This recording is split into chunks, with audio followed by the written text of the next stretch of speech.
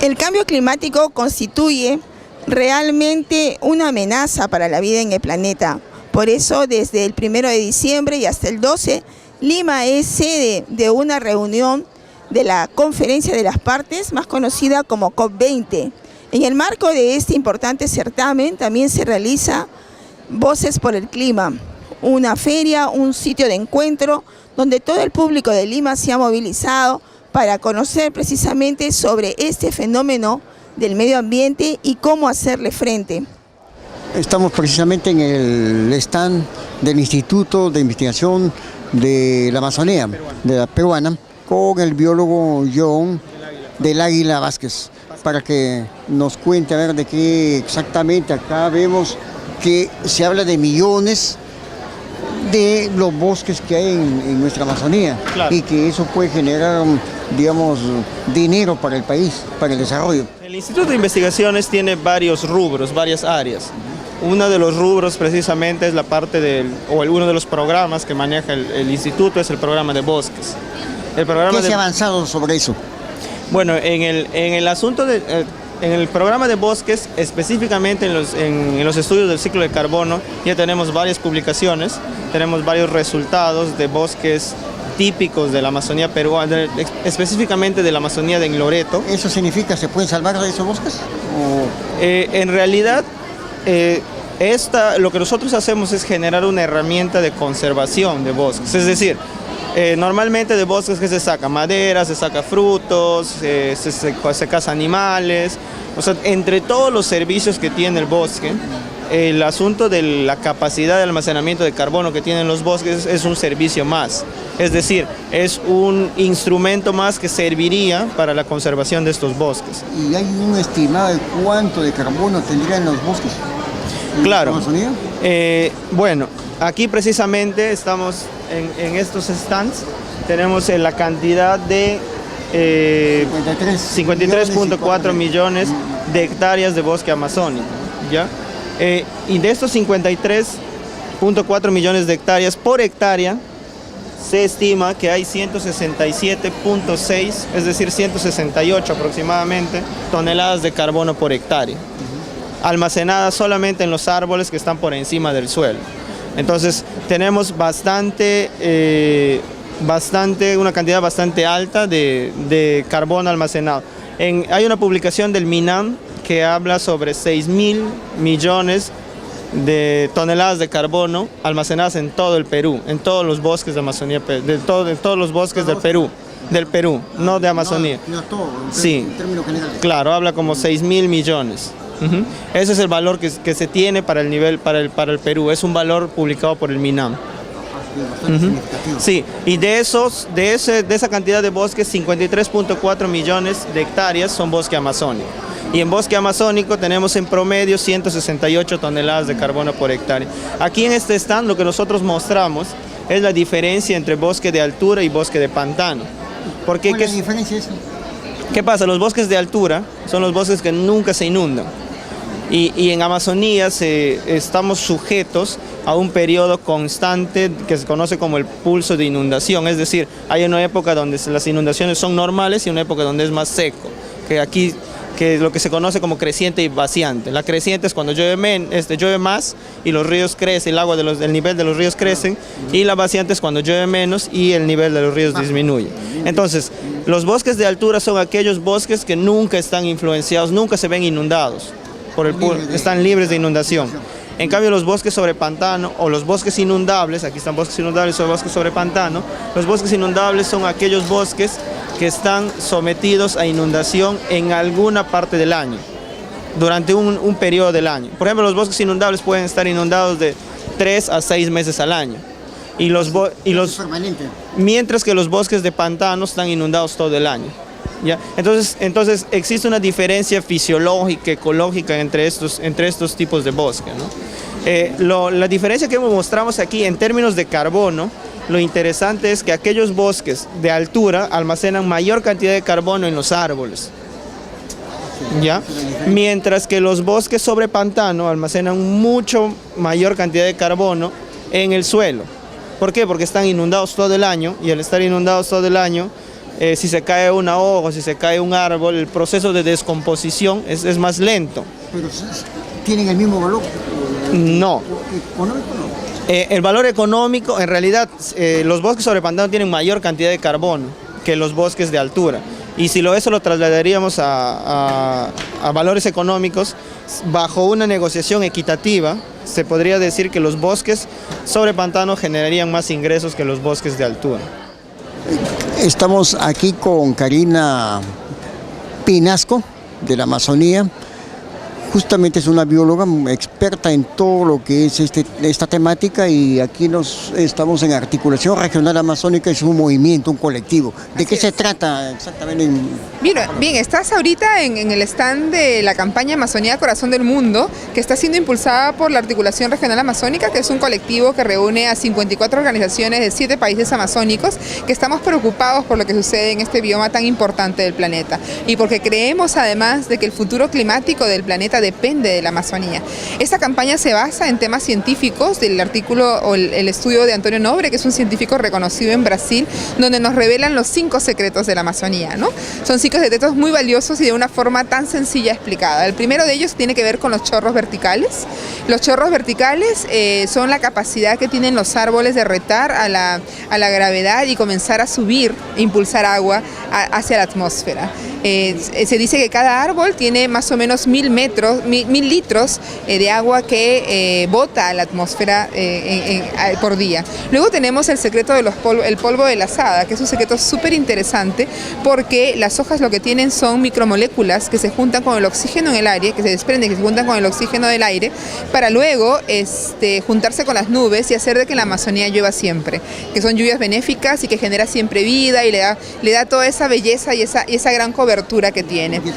El tercer secreto es lo que llaman la bomba biótica de la humedad, que es la capacidad que tiene toda esa humedad, transportarla a través de los vientos muy fuertes en los Andes y después retornarla, y la capacidad que tiene de evaporar mucho mayor cantidad que el océano en superficies similares, ¿no? El cuarto son los ríos voladores, ¿no? La capacidad que tienen los ríos aéreos de trasladar, exportar el agua más allá de la Amazonía. Estamos hablando de Argentina, en zonas donde debería haber desiertos, se concentran como zonas que no son desérticas, sino muy productivas. Y el quinto secreto es el escudo contra huracanes. Es un excelente, el dosel de los árboles lo que hace, porque la zona donde estamos debería ser una zona tropical llena de huracanes, no es porque lo que hace es el dosel mismo, lo frena. Los árboles lo que hacen es frenar la violencia de estos vientos de manera que amortigua. Exactamente. Entonces, ustedes como ingenieros lo entienden perfecto. Son excelentes, naturales muros de contención. Entonces, la importancia de la Amazonía está graficada de esta manera, y creemos que el futuro del planeta depende de lo que suceda con la Amazonía, y por eso esta campaña está en miras al 2021 a París, y esperamos que el bioma amazónico sea considerado para la conservación y para la generación de nuevas economías que resguarden a la Amazonía en los acuerdos vinculantes de París 21. Aquí estamos en una casa muy original, que todos pensarían que es de ladrillo, pero miren el material que se ha utilizado. Es un material popular, de uso muy común en las zonas rurales de nuestro país, en la sierra o en la costa. Para el efecto, vamos a conversar con 2 arquitectos que son los impulsores del Instituto de Vivienda de la Universidad Particular San Martín de Porres, que ellos nos van a explicar los avances que hay hasta el momento, cómo es este uso, cómo podemos promover este tipo de viviendas. Muy bien, acá estamos con el arquitecto de ascendencia o de origen marroquí, francés, Franco, y el arquitecto Jans, también de ascendencia francesa, con quienes, repito, vamos a abordarlos. A ver, ¿de qué se trata? ¿Cómo es este proyecto? ¿Qué bondades? ¿Qué es el aporte que han hecho ustedes? ¿Desde cuándo está en funcionamiento el instituto? Muy buenas noches y gracias por la invitación. Y bueno, esa casa que estamos conociendo hoy en día es un prototipo de vivienda que hemos presentado en un concurso nacional promovido por el Ministerio de Vivienda, que se llamó Construye para Crecer en 2013, y que ha recibido el primer primer puesto en su categoría, en la selva, ¿no?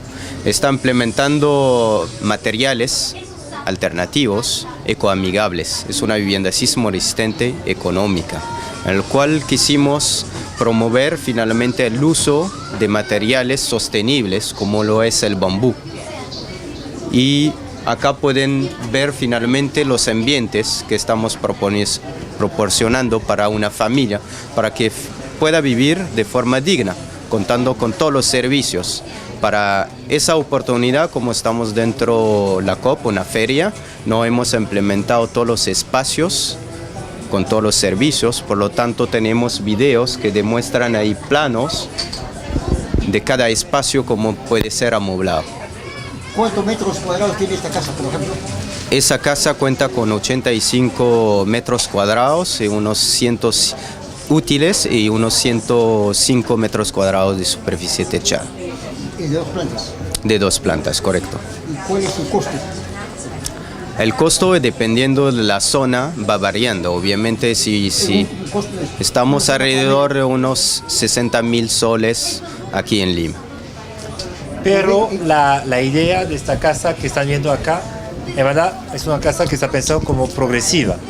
La idea, en verdad, es que se puede hacer en la primera mitad de esta casa, un solo módulo, que entra justamente dentro de los bonos de techo propio, que era la base del concurso, ¿no? Hacer alternativas para la vivienda social de techo propio de los bonos de fondo de vivienda. Y después se puede duplicar esa casa con la misma estructura, uniéndose en los techos y creando ya los 85 metros cuadrados de los cuales estamos hablando al principio. Claro, esta es una suerte que si nos remontamos años atrás, se llamaban los núcleos básicos, que eran, se sentaban algunas bases. La base es 30, así es. Densidades. La diferencia es que nosotros, la propuesta que tenemos acá no es de crecer verticalmente, lo que se suele hacer, ¿no? Nosotros proponemos de frente una casa de 2 pisos que nos permite controlar totalmente la parte estructural de esos 2 pisos y más bien ofrecer la posibilidad a la gente después de crecer horizontalmente al costado con la misma tipo de estructura, ¿no? Para tener un control un poquito de la autoconstrucción. Sabemos cómo es, ¿no? El tema de la autoconstrucción, los pisos que van subiendo, a veces es el creador de mucho riesgo frente a sismos principalmente, ¿no? Ustedes emergieron, digamos, acá en nuestro país a través de la San Martín, esta universidad particular, a raíz del terremoto en el sur peruano, Pisco. Bueno, ¿es así o bueno, cómo empezaron? Nuestra labor dentro de la universidad y impulsando el Instituto de Vivienda, Urbanismo y Construcción ha iniciado a raíz exactamente del terremoto que arrasó al sur Chico, ¿no? En el 15 de agosto de 2007 y con nuestros socios, ¿no? que han sido el CEAS, la Comisión Episcopal de Acción Social, que ha financiado los diversos proyectos que podemos conocer. Ahora vamos a conocer desde sus inicios y cómo se ha avanzado hasta el momento. A ver, explíquenos. Acá, por ejemplo, el primer proyecto que les podemos presentar es la iglesia de la Compañía de Jesús, que se construyó en Pisco. Esta iglesia fue totalmente arrasada por el terremoto. Es una iglesia muy bonita de adobe, pero que se destruyó totalmente. Y nos propusieron hacer una construcción temporal ahí. Y nosotros dijimos, mejor invertimos un poquito más y con bambú hacemos una construcción sismo resistente que podría volverse un poco una vitrina de cuáles son las posibilidades de este material. Acá, miren, todo es bambú, toda esa estructura. Ahorita eso es uno de los edificios colectivos públicos más grande del bambú. Entonces. Es totalmente emblemático y para nosotros era muy importante empezar por este proyecto porque eso nos iba a permitir comunicar sobre el material, porque una iglesia es un lugar donde se puede reunir la gente y para que la gente empiece también a... Claro, es un lugar de concentración. De fe y también la idea... La fe dice que mueve montañas. Así es, y además la idea era ahí de que crear por fin un espacio en Pisco donde la gente pueda reunir, porque todas las iglesias de Pisco han sido dañadas durante el sismo, ni una era utilizable después del sismo. Esta es la primera, entonces. Esa es la primera que se reconstruyó. Y luego se ha avanzado. Un elemento principal que nos orientó a utilizar ese material, que es liviano, flexible, ¿no? Sí, que hace finalmente, proporciona un sistema constructivo sismoresistente, es la poca capacidad portante que tiene el suelo de Pisco, 0.7 kilogramos por centímetro cuadrado, además de la napa freática presente a menos de 1 metro. Eso hace que edificaciones pesadas no son recomendables en esa zona. Es licuefacción. Por eso orientamos nuestro diseño hacia un material de ese tipo, ¿no? Claro. Más liviano, más flexible. Y por supuesto, este material, además de ofrecer, digamos, técnicamente una respuesta, es una forma de construir mucho más ecoamigable. Y además es un recurso local, ¿no? Así que acá hemos utilizado bambú de productores peruanos, de zonas que a veces son muy pobres, y el bambú, la idea es justamente enseñar que puede volverse un recurso, una alternativa económica para las comunidades. ¿Y qué se ha hecho, por ejemplo, para evitar, digamos, el fuego? Para prevenir más que evitar. En verdad, primero, antes de todo, este bambú, lo importante decir al principio es que ha sido inmunizado.